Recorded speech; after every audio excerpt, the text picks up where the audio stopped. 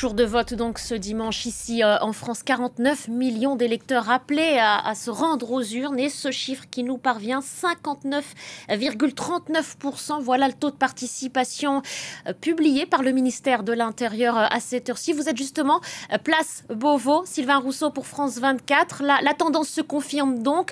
Cette participation est en nette hausse par rapport au dernier scrutin de 2022.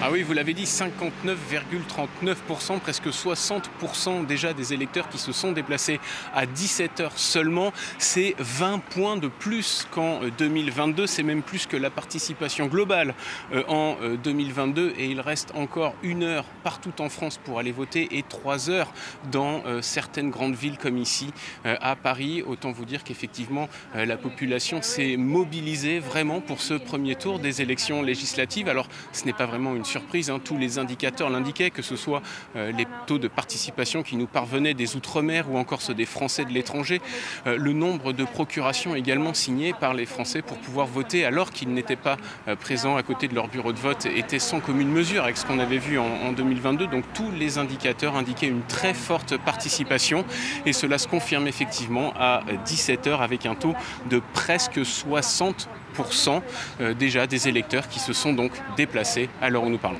Plus de 20 points par rapport au scrutin de 2022. Sylvain, plus on vote, plus on peut se diriger vers ce qu'on appelle les triangulaires. Oui, absolument. Plus la participation va être élevée, plus il y aura de triangulaires au second tour. Alors, qu'est-ce qu'une triangulaire? On va vous expliquer un petit peu comment fonctionnent ces élections législatives. Pour être élu au premier tour, eh bien, il faut rassembler 50% des voix, mais au moins également 25% des inscrits. Ça, c'est pour être élu dès le premier tour. Pour se qualifier au second tour, eh bien, il faut obtenir 12,5% des électeurs inscrits et non pas 12,5% des suffrages exprimés. C'est vraiment les électeurs inscrits qui font la différence et c'est comme ça qu'on peut se retrouver avec 2, voire 3, voire même parfois 4 candidats présents au second tour. Alors une triangulaire, c'était quelque chose d'assez rare lors des précédentes élections, puisqu'il n'y en avait eu que 8 en 2022, une seule en 2017.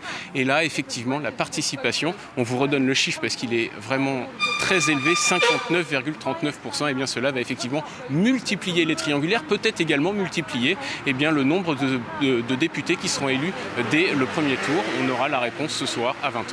Merci beaucoup Sylvain, merci pour toutes ces précisions. Ce chiffre qu'on rappelle encore une fois, donc 59,39%.